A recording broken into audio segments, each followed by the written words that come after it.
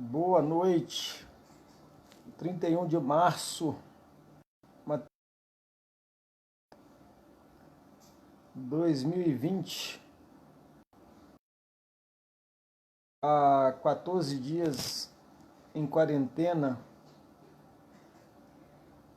Eu fico pensando nas experiências de milhões e milhões de pessoas reclusas. O que pode significar isso para cada pessoa individualmente? Como que o tempo está sendo usado? Quais os maiores desafios? Eu fico imaginando aquele que é um ser só na sua casa, que não tem família, e o que se passa na cabeça dessa pessoa neste momento, e a situação toda suspensa, porque ninguém consegue apresentar de maneira tão segura um prognóstico, prever e oferecer segurança. Nós ficamos refém da mídia, da ciência, né, do corpo técnico científico, que passam dados aí para nós, mas se ventila também que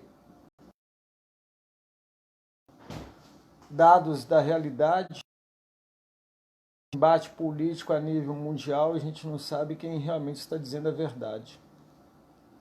E cabe nós, como bons mineiros, preservar essa distância até que tudo possa se normalizar. Aí o que você pode fazer neste momento é fazer boas escolhas, fazer um planejamento, investir bem o teu tempo, a tua vida, né? Uma das coisas que eu aconselho você é ler. Leia muito.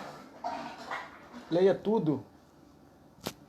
Preferencialmente a Bíblia, que a palavra de Deus ela tem um poder distinto nela, porque ela veio de Deus para o homem e com um propósito bem específico, definido. Deus, quando criou todas as coisas, ele criou com um propósito e nada passa desapercebido. Ele tem governo de tudo. Eu não sou deísta, aquele pensamento em que foi dado uma corda no universo, ele funciona por leis, mas essas leis são totalmente determinantes. Eu creio num Deus que estabeleceu leis, mas ele governa também e ele interfere. É lógico que isso não entra dentro da mente, do coração do homem natural, porque o homem natural não entende as coisas de Deus, porque elas lhe parecem loucura e não pode entender mesmo. Agora, quem tem a mente de Cristo, segundo a palavra de Deus, percebe que aquele que tem poder de criar, ele tem poder de recriar, ele tem poder para governar, ele tem capacidade de pegar aquilo que ele criou e fazer algo novo.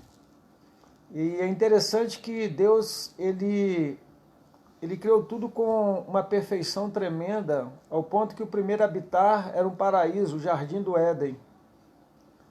E o projeto de Deus para o homem... E aí, Mário, um abraço. E o prazer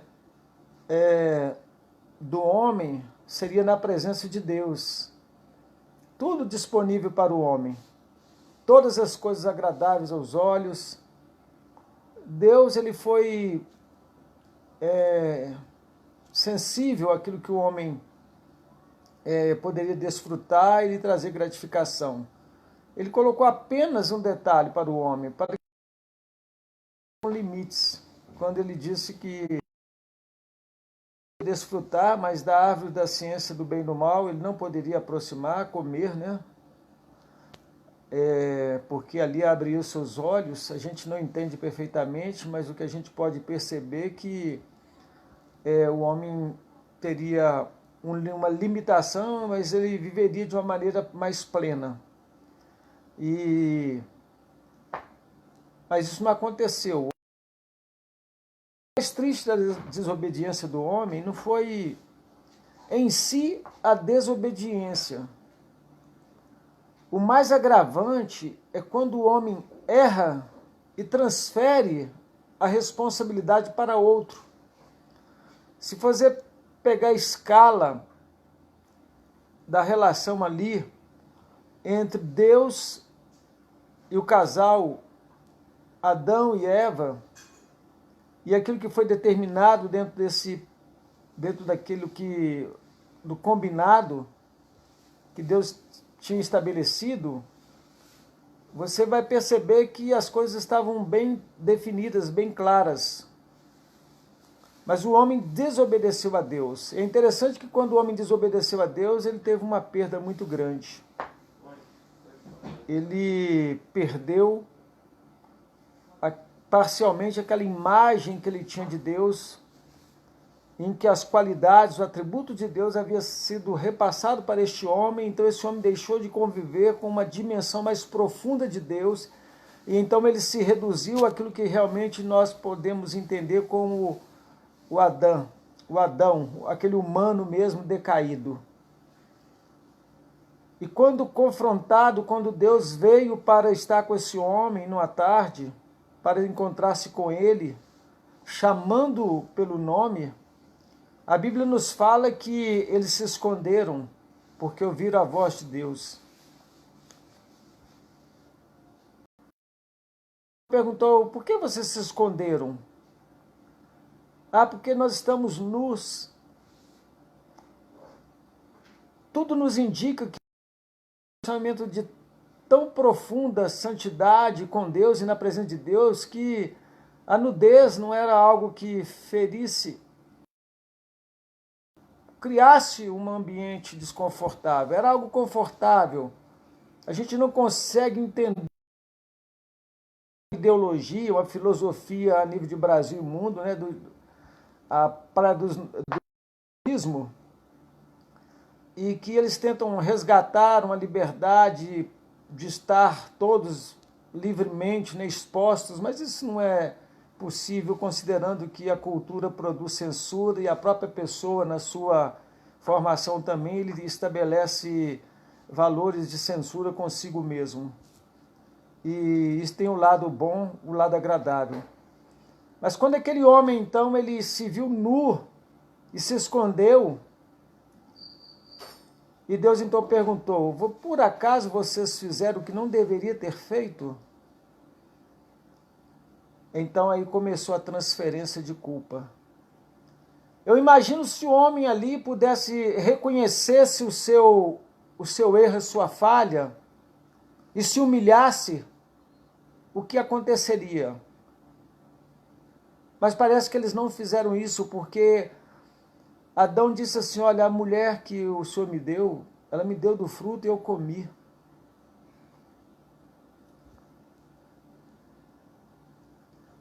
E a mulher, ela disse assim, olha, a serpente me enganou. E eu então comi. Eles pecaram.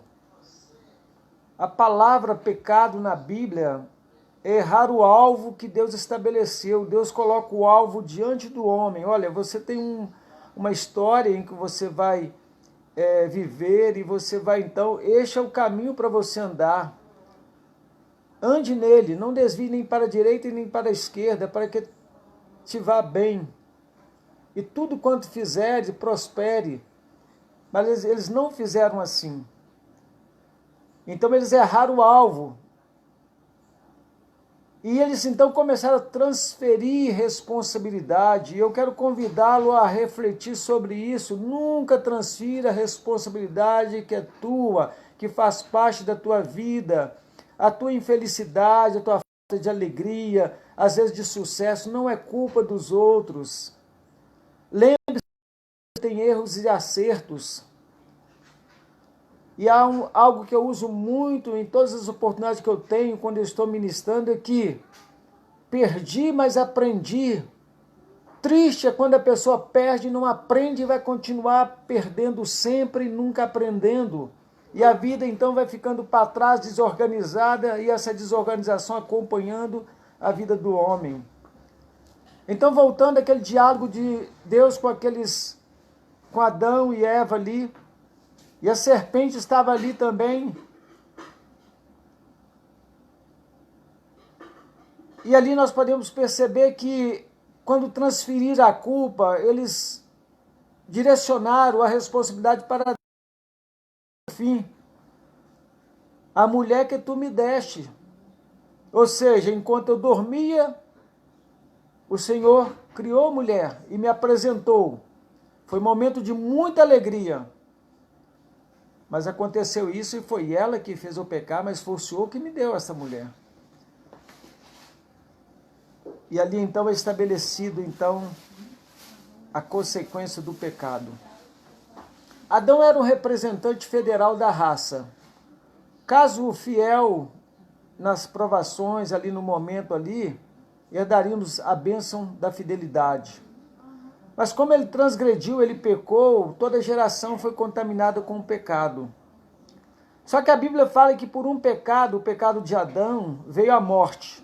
Por uma ofensa, ele pecou, ele transgrediu e veio a morte. Então, parece que foi criada uma dívida a ser paga, porque Deus criou o homem. E Deus não foi surpreendido com a queda do homem. É insensatez pensar nisso. Mas quando Deus criou o homem, Deus iniciou uma história. Deus produz uma história em que Ele é soberano, onisciente, onipotente, mas que Ele permite o homem ser protagonista da sua história, fazendo sua escolha e sendo responsável. É o que Deus fez com Adão e com Eva ali, dando responsabilidade e oferecendo um ambiente propício. Então nós percebemos que essas coisas Deus produz porque Ele tem propósito, Ele tem ideal. Então Adão pecou por uma ofensa. Então vamos pensar agora, e sobre eles então pesaram a pena daquela desobediência. A mulher, ele disse, com dores terá filho. Ao homem, do suor do teu rosto comerás o pão. E a Satanás ele disse à mulher, e tu mulher, da mulher nasceria um que esmagaria. Satanás morderia o calcanhar como se fosse algo definitivo, porque uma serpente mordendo no calcanhar, dificilmente a pessoa escapa. Mas no caso ele feriria o calcanhar, mas aquele que viesse da descendência de Adão, do homem, esmagaria a cabeça, no caso Jesus. Quando Jesus foi na cruz, levado pelos homens, parecia ali que seria o fim, não, mas era o começo de uma grande conquista para o homem.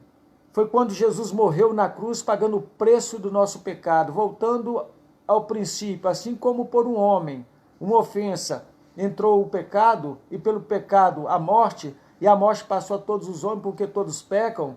Por muitas ofensas veio a justiça, porque quando Jesus Cristo morreu na cruz, em obediência plena ao Pai, cumprindo a missão que ele veio fazer, que é salvar o homem dos seus pecados, então ele pagou o preço da nossa salvação. A cereja do bolo é isso, é você entender que quem pagou a tua salvação foi Jesus, e não seus méritos, obras,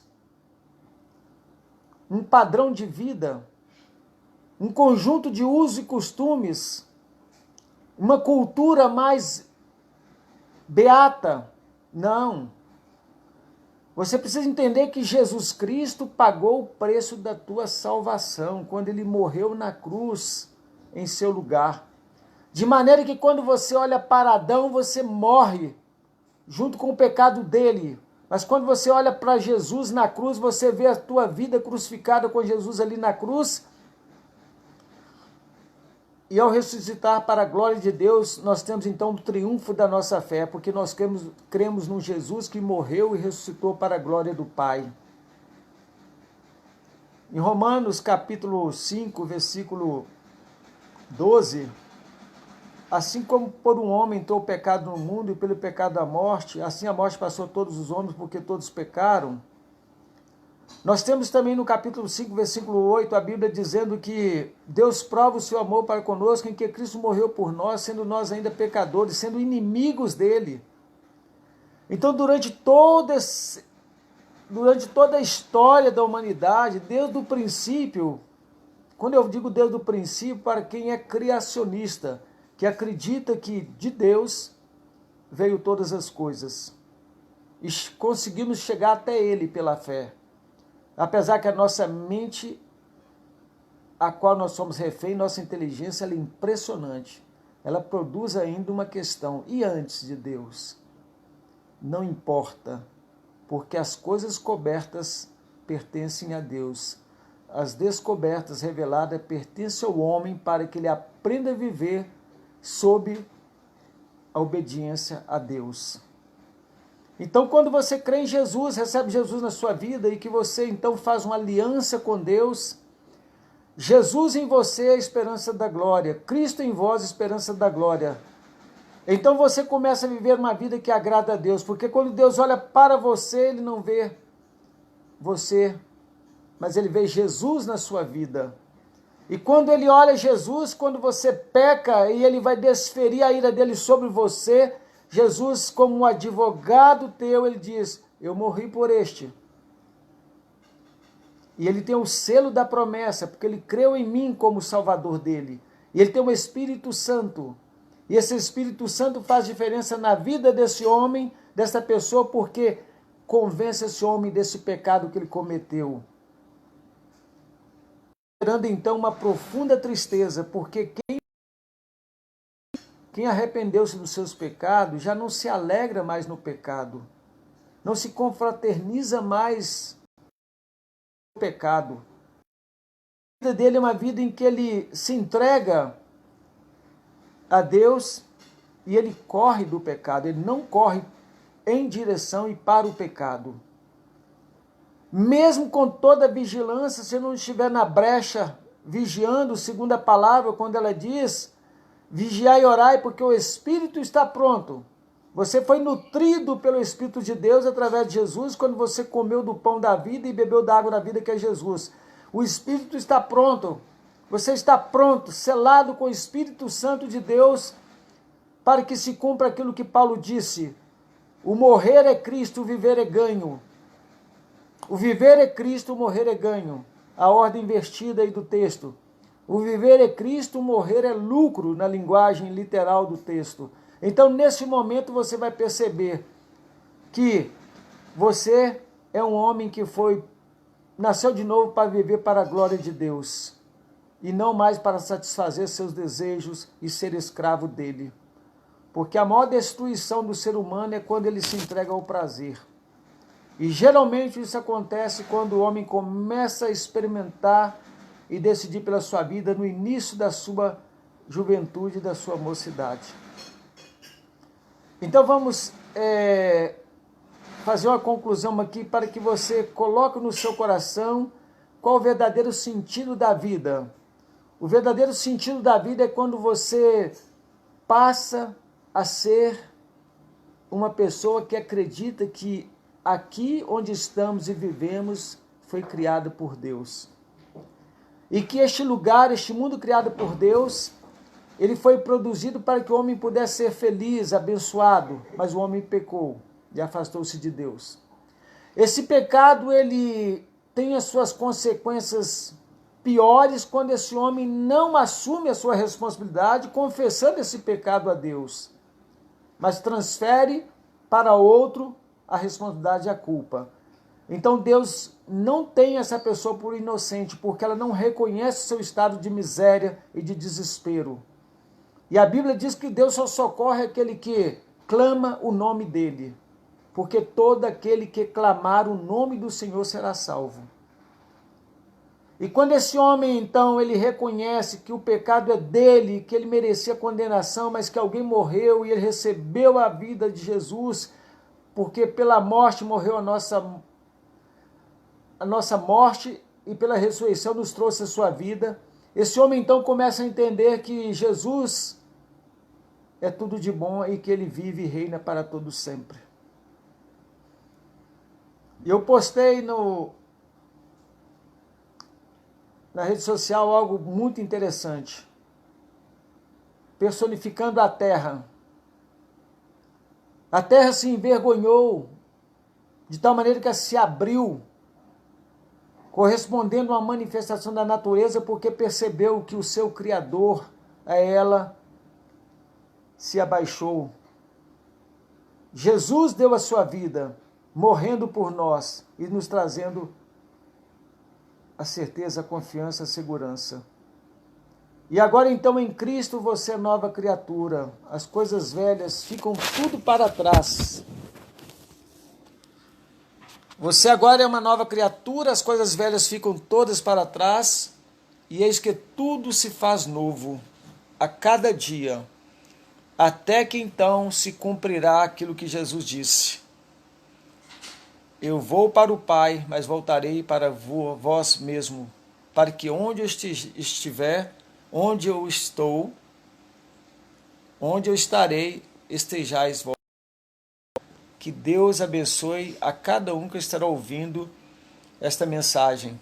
Visite meu canal Filósofo Urbano no YouTube. Temos várias mensagens, reflexões que eu creio que vai te abençoar muito. Inscreva e compartilhe. Um abraço.